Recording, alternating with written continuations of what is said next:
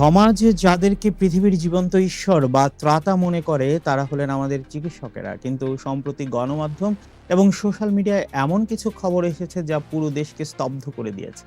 দেশের প্রথম সারির মেডিকেল শিক্ষার্থী এবং প্রতিভাবান তরুণ ডাক্তাররা জড়িয়ে পড়ছে ইয়াবার মতো মরণ নেশায়। যে মানুষটি দিনরাত অন্যকে সুস্থ করার প্রেসক্রিপশন লিখেন, তিনি নিজে কেন বিষাক্ত মাদকের নীল ছোবলে নীল হয়ে যাচ্ছেন? যে ইয়াবা মানুষের স্নায়ুতন্ত্রকে ধ্বংস করে দেয়, সেই ইয়াবার বিজ্ঞানসম্মত ক্ষতিগুলো সবচেয়ে ভালো জেনেও কেন ডাক্তাররা এর পেছনে ছুটছেন?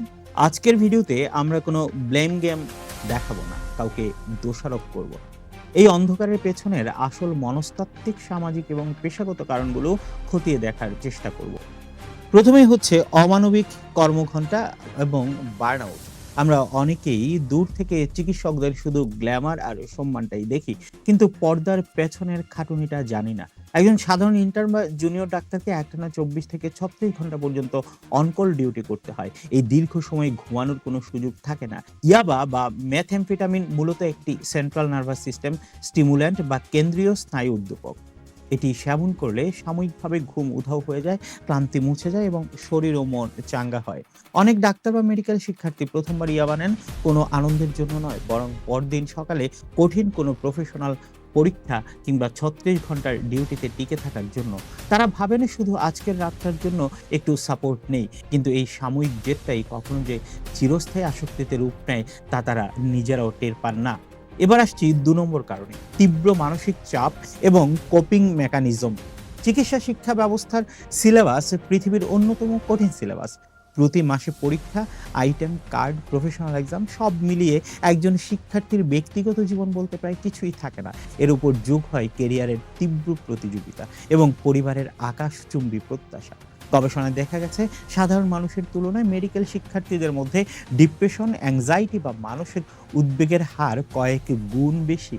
যখন এই মানসিক চাপ সহ্য ক্ষমতার বাইরে চলে যায় এবং হসপিটাল বা মেডিকেল কলেজগুলোতে প্রপার কাউন্সেলিং বা মেন্টাল হেলথ সাপোর্টের অভাব থাকে, তখন কেউ কেউ এই ডিপ্রেশন থেকে বাঁচতে মাদকের আশ্রয় নেন। তারা ইয়াবাকে বেছে নেন এক ধরনের ডিজিটাল স্কেপ বা বাস্তবতা থেকে পালানোর হাতিয়ার হিসেবে। এরপর আসি 3 নম্বর কারণে, সহজলভ্যতা এবং এক ধরনের বৈজ্ঞানিক ওভার কনফিডেন্স। একজন সাধারণ মানুষ যেভাবে ড্রাগের সংস্পর্শে আসেন, ডাক্তারদের ক্ষেত্রে বিষয়টি কিছুটা ভিন্ন। তারা বিভিন্ন সাইকোট্রপিক ঔষধ এবং ড্রাগের রাসায়নিক ফর্মুলা খুব ভালো বুঝেন। অনেক সময় তাদের মধ্যে একটা ভুল আত্মবিশ্বাস কাজ করে। আমি তো ডাক্তার, আমি জানি কতটুকু নিলে ক্ষতি হবে আর কখন থামতে হবে। এই ওভার কনফিডেন্সই তাদের দ্রুত পতনের দিকে নিয়ে যায়। তাছাড়া চিকিৎসকদের মধ্যে একটা বড় ভুল ধারণা বা মিথ প্রচলিত আছে যে ইয়াবা সেবন করলে মনোযোগ বা ফোকাস বাড়ে। চিকিৎসা বিজ্ঞান বলে মেথ্যামফেটামিন সাময়িকভাবে মস্তিষ্কে ডোপামিনের বন্যা বইয়ে দেয়, যা এক ধরনের কৃত্রিম ফোকাস তৈরি করে, কিন্তু দীর্ঘমেয়াদে এটি ব্রেইনের কোষগুলোকে চিরতরে মেরে ফেলে। মনোযোগ বাড়ানোর এই শর্টকাট পদ্ধতিটি আসলে একটি সুইসাইডাল ফাঁদ। একজন সাধারণ মানুষ মাদকাসক্ত হলে ক্ষতিটা মূলত তার নিজের এবং পরিবারের, কিন্তু একজন নিবন্ধিত ডাক্তার যখন ইয়াবায় আসক্ত হন, তখন ঝুঁকিটা পুরো সমাজের, কারণ তার টেবিলের ওপারে বসে থাকে হাজারো নিরীহ রোগীর জীবন।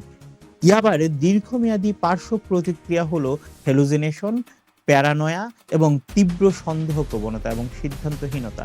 একজন আসক্ত ডাক্তার যখন ওটিতে যান কিংবা কোনো রোগীকে হাই ডোজের ঔষধ প্রেসক্রিপশন করেন, তখন তার একটি ভুল কিংবা ভুল সিদ্ধান্ত রোগীর চিরতরে পঙ্গুত্ব বা মৃত্যুর কারণ হতে পারে। সম্প্রতি এই কারণেই চিকিৎসা পেশায় যোগ দেওয়ার আগে বা ওটিতে যাওয়ার আগে বিমান চালকদের মতো চিকিৎসকদেরও নিয়মিত বাধ্যতামূলক ডোপ টেস্টের আওতায় আনার দাবি উঠেছে।